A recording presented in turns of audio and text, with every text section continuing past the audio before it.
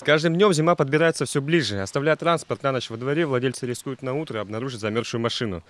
Кискеляна Тимофеева, как автовладелец с опытом, готовится к зимнему сезону заранее. Даже наличие теплого гаража, по ее мнению, не дает полной гарантии безопасности.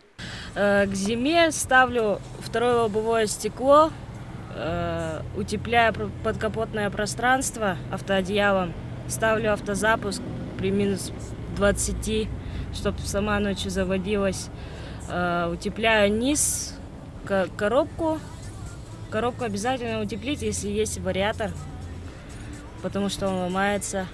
По советам специалистов, главное, чему нужно уделить внимание, это утепление моторного отсека. Ведь оставляя свой автомобиль даже на пару часов заглушенным, водители рискуют остудить двигатель и заморозить масло.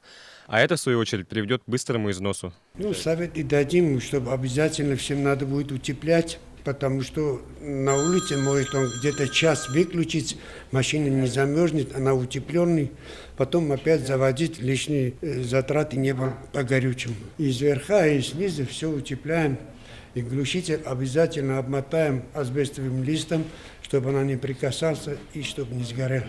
В магазинах автозапчастей в это время появляется много покупателей. В основном в продаже идут масло, автоодеяло, охлаждающая жидкость и стеклоочистительная незамерзайка. Чем ниже опускается столбик термометра, тем выше растет покупательская способность.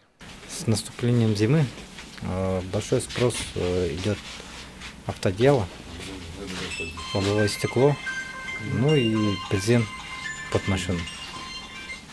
Ну и у некоторых это замена масла на двигателе.